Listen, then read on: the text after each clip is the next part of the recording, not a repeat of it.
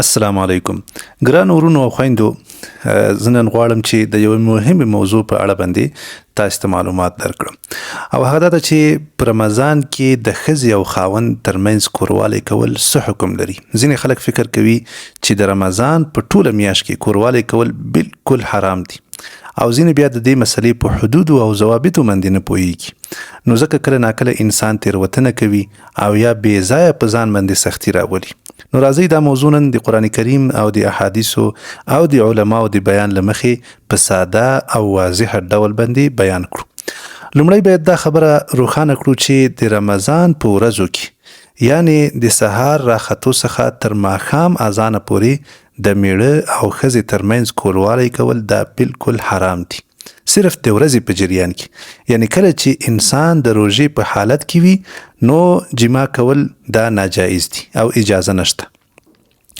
که یو څوک قصدن د روژې په حالت کې له خپلې میرمنې سره جما وکړي نو دا د روژې له لویو ماتونکو څخه شمیرل کیږي او په دې حالت کې 3 شیان په دوی باندې لازمیږي. اول د هغې ورځې قضا روژه بیا نیسي. د کوم ورځ باندې چې دوی یو سره یو ځای شوي دي د دې ورځې قضایي به بیا راوړي. دویم دا چې توبه او استغفار به کوي ځکه دا د رمضان له حرمت څخه دا د رمضان د حرمت خلاف کار دی. دریم دا چې کفاره به هم ادا کوي او کفاره ډیره سخته ده د دې په خاطر باندې چې انسان د دې کار جدیت درک کړي.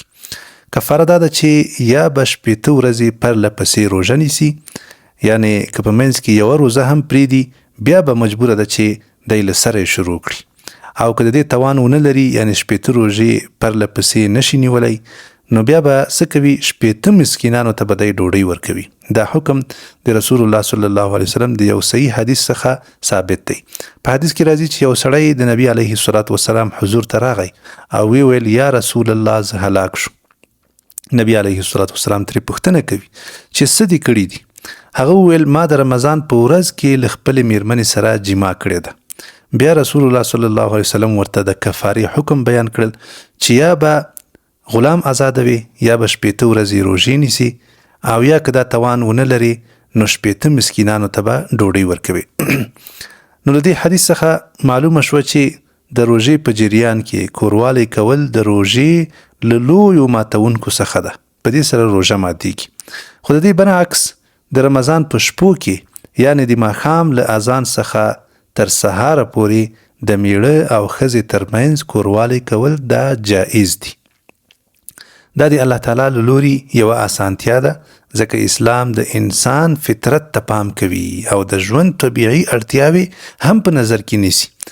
الله تعالی په قرآن کریم کې فرمایي د روژې په شپو کې له خپلو ښځو سره نږدېوالی درته حلال شوی دی. هغوی ستاسو لپاره لباس دي او تاسو د هغوی لپاره لباس یاست. یعنی میړه او ښځه یو بل ته سکون او محبت او راحت ورکوي.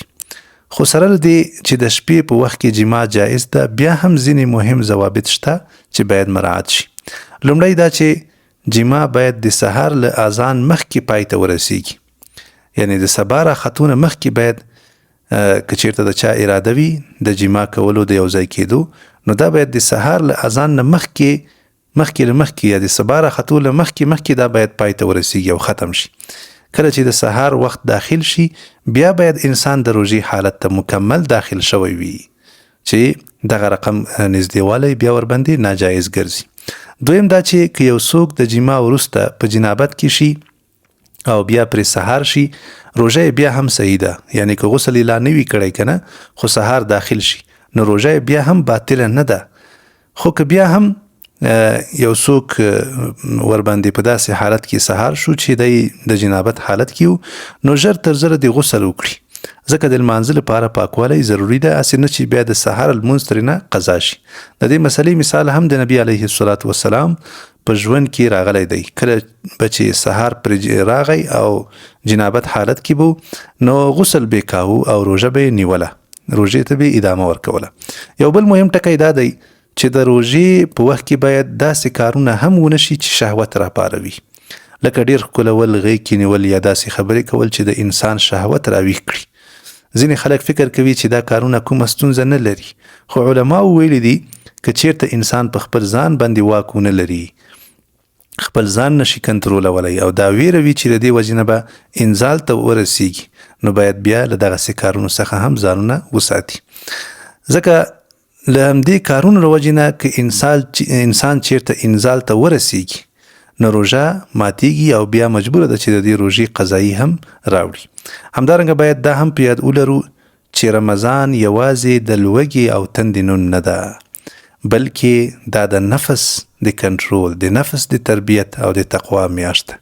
نو انسان باید هڅه وکړي چې په دې مبارکه میاشت کې خپل عادتونه زیات کړي، خپل عبادتونه، ښه عادتونه او ښه عبادتونه زیات کړي، لکه د قرآن کریم تلاوت شو، تراویح شو، دعا شو، صدقه او نور نیک کارونه. همدارنګه ښه دا ده چې د میړه او ښځې ترمنځ اړیکې هم باید په داسې ډول باندې تنظیم شي چې د عبادتونو مخه ونه نیسي. ځینې د کوروالي اسلامي آداب هم شته ده چې ما مخکې هم بیان کړي دي، یو ځل بیا بیان کړم او باید خصوصا په رمضان کې مراعات شي. اول دا چې د جما نه مخکې د الله جل جلاله نوم اخیستل، بسم الله ویل او دعا ویل. صحیح شوه؟